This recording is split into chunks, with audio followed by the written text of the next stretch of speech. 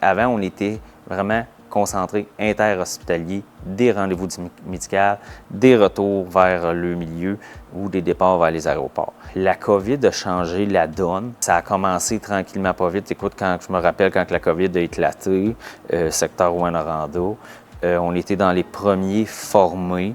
Puis on a commencé à travailler avec la Sûreté du Québec à ce moment-là. C'est sûr que si je prends le secteur MRC Abitibi, on a commencé à collaborer même avec la Sûreté du Québec avant ça parce que je me rappelle un monsieur qui travaillait pour nous dans le temps, sa première journée seul, il avait fini sa formation. Bon, ben regarde, tu commences ta journée, oui, ben tu t'en vas au poste de police.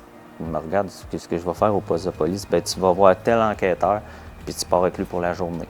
C'était drôle. C'était drôle parce que je me rappelle la paire de yeux qu'il m'avait fait, puis il m'avait dit « Sérieux? Oh oui! » Puis en fait, il y avait une descente de la Sûreté du Québec, puis la personne en question qui allait être arrêtée était en fauteuil roulant.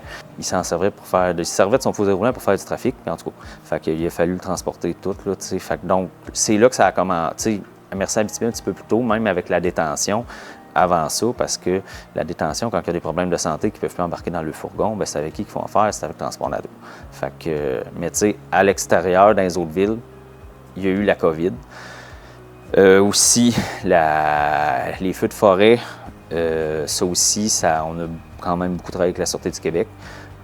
Parce que lors des évacuations, on se sont rendu compte qu'il y avait beaucoup de gens qui étaient à l'intérieur de leur maison, mais incapables de sortir ou même d'embarquer dans un véhicule conventionnel.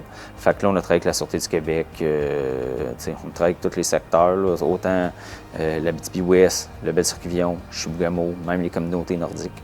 On parle de cette année, c'est sûr que l'incendie de Rouyn-Noranda, à 1h30, 2h dans la nuit, mes employés, mon premier employé était là. Puis juste cette journée-là, je vais de mémoire, là, je pense qu'on parle d'une trentaine de transports de patients de 2h du matin jusqu'à 16h là, pour transférer des gens un peu partout là, suite à l'évacuation de l'hôpital de Rouen.